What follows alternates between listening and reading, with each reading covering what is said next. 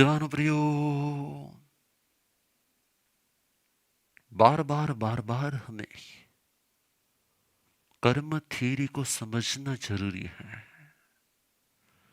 क्योंकि हमारा पूरा धर्म कर्म थ्योरी पर आधारित है। यदि हमने हमारे कर्मों का सुयोग्य प्लानिंग कर लिया तो हमें अयोग्य भव नहीं मिलता है, और यदि हमने सुयोग्य प्लानिंग नहीं किया तो कहीं न कहीं हमारी स्थिति, संयोग, शरीर, निमित्त, स्वजन सभी में कहीं न कहीं प्रतिकूलता प्रतिकूलता प्रतिकूलता और प्रतिकूलता ही होती है। और प्रॉब्लम ये नहीं है कि प्रतिकूलता आती है, प्रॉब्लम ये है कि हम उस प्रतिकूलता को समझ नहीं पाते हैं। और जब हम प्रतिकूलता को समझ नहीं पाते हैं तब हम सामने वाले व्यक्ति को दूषित मानते हैं कि उनके द्वारा मुझे प्रतिकूलता मिल रही है।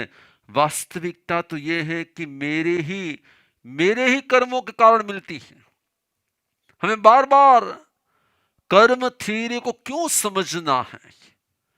जो कर्म थ्योरी को समझ जाता है ना, उसका आक्षेप नेचर कम हो जाता है। क्या हो जाता है? उसका आक्षेप नेचर कम हो जाता है। देवान प्रियो, पूरे दिन में हम कहीं न कहीं किसी न किसी पर ब्लेम करते हैं, किसी न किसी को आक्षेपित करते हैं, किसी न किसी को रीजन मानते हैं, और ये पूरे दिन होता रहता है। याद रखना, मेरी हर अनुकूलता मेरे पास्ट में अनुकूल बनने के कारण ही आई है, और मेरी हर प्रतिकूलता मैंने ही पास्ट में कुछ प्रतिकूल व्यवहार किया है, उसी के कारण आई है। हम इस बात को जाने अनजाने में भूल जाते हैं। प्रभु महावीर को किसी ने पूछा कि प्रभु आपके धर्म का नाम क्या है? प्रभु ने कहा कम्म धम्मा। क्या कहा? कम्म धम्मा। जो कर्म को जानने वाला धर्म है ना, वही प्रभु का धर्म है। और इसलिए हमें बार बार कर्म थ्योरी पर, कर्म प्लानिंग पर चिंतन करते ही रहना चाहिए। और हमें हमेशा याद रखना चाहिए कि जब हम कर्म को भूल जाते हैं ना, तब हम दूसरों पर आक्षेप करते हैं, और जब हम कर्म को भूलते नहीं है ना, तब हम दूसरों पर आक्षेप करना कम कर देते हैं। क्योंकि हम ज्यादातर यही मानते हैं कि हमारे सुख का कारण भी अन्य है और हमारे दुख का कारण भी अन्य है। એને મારી માટે કેટલી લાગણી છે, મારી માટે કેટલું બધું કરે છે। या तो हम अनुकूलता में क्या करते, तुरंत ही अनुकूलता में भी दूसरों में सुख का प्रक्षेप कर देते हैं, और जब हमारे अंदर में प्रतिकूलता आती है तब हम दूसरों पर आक्षेप कर देते हैं। ये प्रक्षेप करना और आक्षेप करना, दोनों को भगवान ने मिथ्या तत्व कहा। सम्यक तत्व वो है कि मैं मुझे ही कारण मानूं, और मिथ्या तत्व वो है जिसमें मैं दूसरों को कारण मानूं।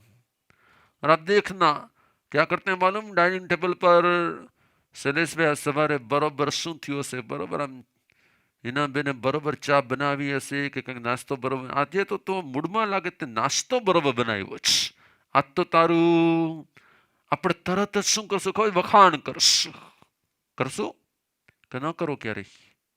કરીએ કરવા જ પડે। ગુરુદેવ ઘરમાં રહેતા હોય તો એમ કાંઈ થોડી ચાલે, અમારે જીવવાનું એની સાથે। તમારે ઠીક છે ગમે એમ રહી શકાય, અમારે તો વખાણ કર્યા વગર રહી જ ન શકાય। देवानुप्रियो, जैसे हम प्रशंसा करते ना, हम सुख में दूसरों को कारण मानकर दूसरे में सुख का प्रक्षेप कर देते हैं। प्रक्षेप कर देते क्या होता है मालूम है? प्रक्षेप करने के कारण हम उसे सुख का कारण मान लेते हैं। दूसरों को सुख का कारण मानने से हमारा उसके प्रति राग बढ़ जाता है।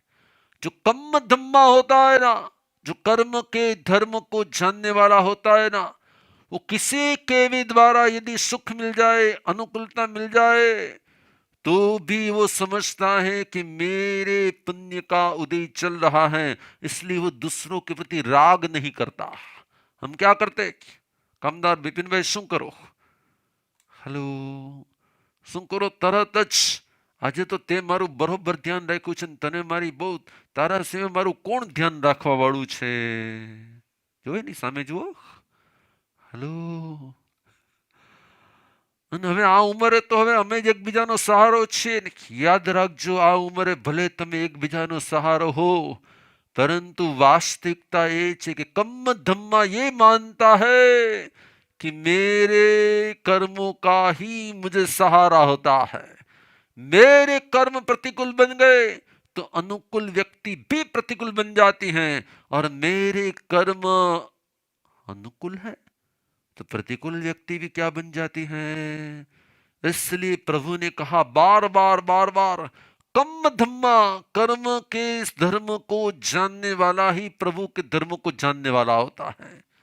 इसलिए मुझे किसी पर आक्षेप और प्रक्षेप नहीं करना है।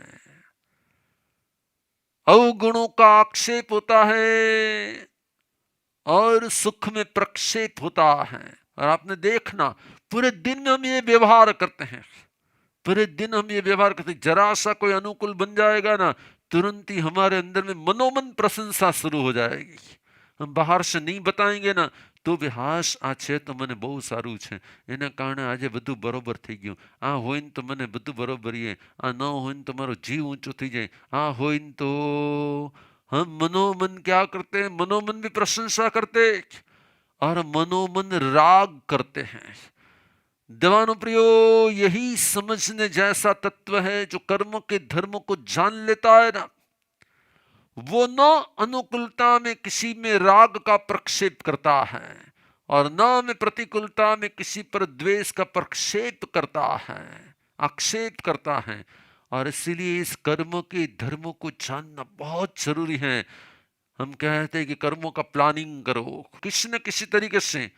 यदि आपके यहाँ पर कोई भी अनुकूल वस्तु आपके ब्रेकफास्ट में आई थी, या तो आपने बनाने वाले की प्रशंसा कर दी, या तो आपने आइटम की प्रशंसा कर दी, आपने खुद ने भूतकाल में किसी को भोजन दिया था ना, उसकी प्रशंसा नहीं की। देखो, मैं आपको थोड़ा अलग गणित सिखाने के लिए आया हूं। आज का सब्जेक्ट क्या है? आर्ट ऑफ कर्म प्लानिंग।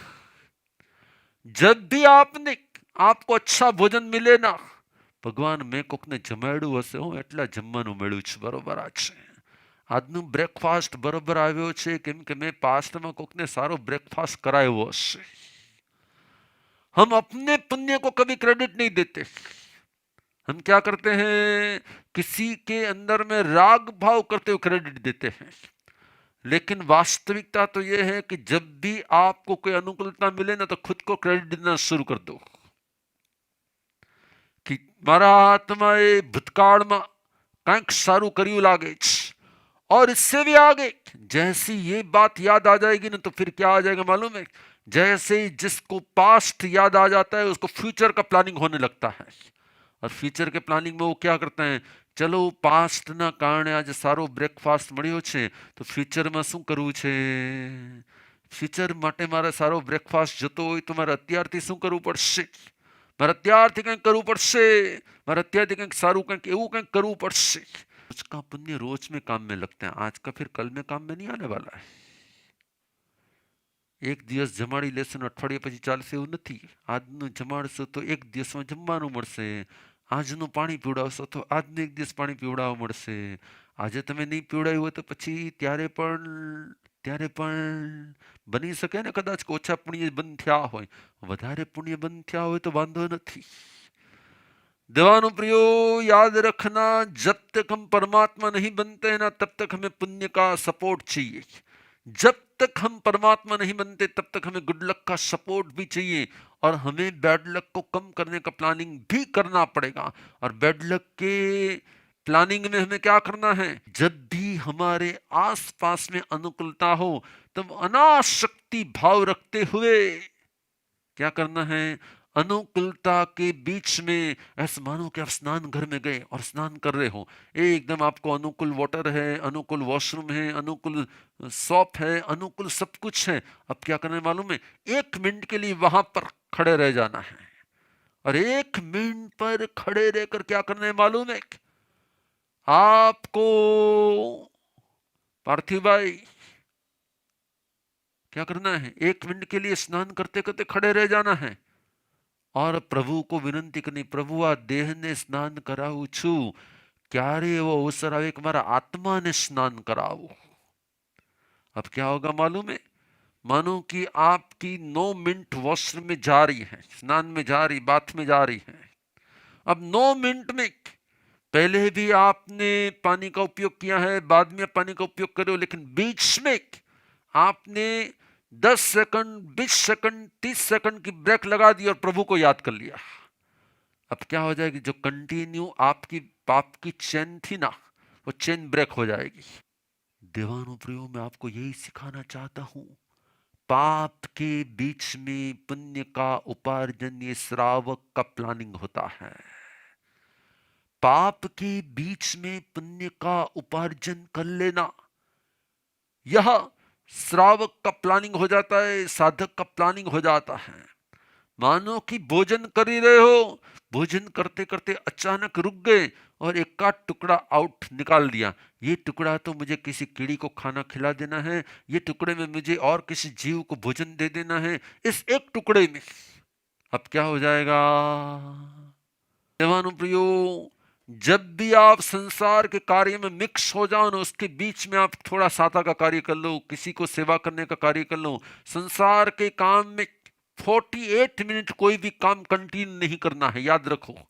आपके कर्म प्लानिंग का मैं आपको बोध दे रहा हूं, एक भी संसार का काम 48 मिनट कंटिन्यू नहीं करना है। बीच में ब्रेक लगा दो और 1 मिनट 2 मिनट के लिए किसी को सेवा कर लो, किसी प्रकार की साधना कर लो, किसी प्रकार का कौशक कर लो। क्या हो जाएगा मालूम है, आपकी चेन टूट जाएगी। और प्लानिंग यही है कि जब हम चेन को तोड़ देते हैं ना, तब हम कंटिन्यू असाध्य वेदनी नहीं भुगतते। देखो, मैंने कई लोगों को देखा है, कोमा में एंट्री ली, 2 3 4 5 6 7 साल मिल गए, कोमा के अंदर ही पड़े हुए हैं। अब किसी प्रकार की उनकी कोई स्थिति बाहर नहीं आ रही। पंचेंद्रिय का शरीर है, मनुष्य का भव है, जैनत्व की प्राप्ति हुई है, पारणे में नौकार सुनने का पुण्य था, लेकिन उसके बीच में जैसे ही पाप का उदय शुरू हो गया और कोमा में चले गए, 5 5 7 7 8 8 12 12 साल तक। क्यों? क्योंकि उनके पाप की कंटिन्यूटी थी। मैं आपको यही सिखाने आया हूं आज, प्लानिंग करो, प्लानिंग करो। संसार में आप रहते हो, लेकिन संसार में रहते हुए भी किसी भी पाप में मुझे 48 मिनट कंटिन्यू नहीं करना है। उसके बीच में कुछ न कुछ एक लोगस गिन लिया, किसी को कुछ खाना दे दिया, उसके बीच में एक प्रभु भक्ति कर ली, उसके बीच में एक नौकार गिन लिए। जो भी काम कर रहे हो ना, उसके बीच में आप कार में भी जा रहे हो, क्या करना मालूम है, कंटिन्यू 48 मिनट कार नहीं चलानी है। बरोबर लगे ना 40 मिनट हो गई हैं, 2 मिनट के लिए कार को ब्रेक कर दो, आराम से नौकार मंत्र गिन के फिर वापस। क्या हो जाएगा कि पाप की चेन ब्रेक हो जाएगी। और उससे क्या होता है, उससे ये होता है कि हमारा जब कोई भी असहायता का उदय आता है, उसके बीच में कोई ना कोई साता देने वाला आ जाता है, प्रॉब्लम के बीच में कोई ना कोई सॉल्यूशन आ जाता है, परिस्थितियों के बीच में किसी न किसी प्रकार से अनुकूलता आ जाती है। क्या होगा देवानुप्रियो, इसीलिए मैं 6 दिन से कह रहा हूं कि श्रावक चतुर होता है। हम तो क्या करते हैं मालूम है, हम पाप में तो पुण्य का मिक्सिंग नहीं करते, लेकिन पुण्य की पल में पाप का मिक्सिंग कर देते हैं। हम तो धर्म के क्षेत्र में आते हैं, अरे एकदम प्रवचन सुनते सुनते दान का भाव हो गया और दान दे दिया, और देने के बाद अरे मारू नाम हजी सुधी बोला नहीं, मैं लखाયું मारू नाम बोलो। अरे भाई आपने नाम के लिए दान कहां किया था? लेकिन हम करते ये, हम तो पुण्य के बीच में पाप को मिक्स करते हैं। परमात्मा कहते हैं कि पाप के बीच में पुण्य को मिक्स करने वाला चतुर होता है, और पुण्य के बीच में पाप को मिक्स करने वाला मूर्ख होता है। हेलो, हम संसार में तो मूर्खता करते ही है, लेकिन कभी कभी धर्म के क्षेत्र में भी मूर्खता कर लेते हैं। अब हम तो आए थे धर्म श्रवण करने के लिए, और जहां जगह मिली वहां पे बैठ जाना था और धर्म श्रवण करना शुरू कर देता था। नहीं, આગળ કઈ સીટ ખાલી છે, એટલે બે જણાને વગાડતા બગાડતા બે જણાને ડિસ્ટર્બ કરતા કરતા આપણે આગળ જઈને આગળની ચેર ગોતીને બેસી જઈએ। देवानु प्रियो, जहां पुण्य की पल है, जहां धर्म की पल है, जहां अनुकूलता की पल है, हम उसमें भी क्या कर देते हैं? હું કહું છું ને વારંવાર, ખીરના તપેલામાં 2 ટીપા ઝેરના નાખી દો તો ખીર પણ શું બની જાય? ખીર પણ ઝેર બની જાય છે। એવી જ રીતે પુણ્યની પલમાં તમારી અપેક્ષા અને તમારા ઇમોશન્સ ને તમારો ક્રોધ ને તમારો રાગ મિક્સ કરી નાખો એટલે તરત જ શું થઈ જાય? Planning planning planning. हमें आपको मास्टर बनाना है। क्या बनाना है? हमें आप लोगों को मास्टर बना देना है। भगवान ने कहा कि मेरा श्रावक मास्टर होता है, पाप के बीच में भी पुण्य कर कर पाप की मात्रा को कम करने वाला होता है, पाप के लेवल को कम करने वाला होता है। और इसलिए श्रावक दुखी हो सकता है लेकिन परमानेंट दुखी नहीं हो सकता, क्योंकि उसका प्लानिंग होता है। हो सकता है कर्मों के उदय के कारण वो दुखी हो, लेकिन वो ज्यादा समय तक दुखी नहीं होता। देखो भगवान महावीर के कान में खिले ठोके गए, बराबर, लेकिन थोड़ी देर में क्या हो गया? वापस सब कुछ क्लियर हो गया और वापस महावीर नॉर्मल हो गई, तुरंत ही साता हो गई, क्योंकि उन्होंने साता के बीच में किसी को असाता दी थी। असाता आ गई, आगे और चली गई। याद रखना, आपका कोई भी दुख परमानेंट नहीं होना चाहिए। मैं आपका सुख को परमानेंट करना नहीं चाहता, लेकिन मैं आपके दुख को परमानेंट करना नहीं चाहता। और इसलिए क्या होना चाहिए? हमें संसार के बीच में साधना करना सीख लेना है, पाप के बीच में पुण्य करना सीख लेना है। हमें संसार के वातावरण के बीच में भी कहीं न कहीं कहीं न कहीं कहीं न कहीं प्रभु स्मरण कर लेना है, और स्वयं की सेल्फ को बचा लेना है, स्वयं की सेल्फ को बचा लेना है। शुभ हो, शुभ मंगल हो, कल्याण हो। चालो जुड़ो हाथ, मंगल पाठ।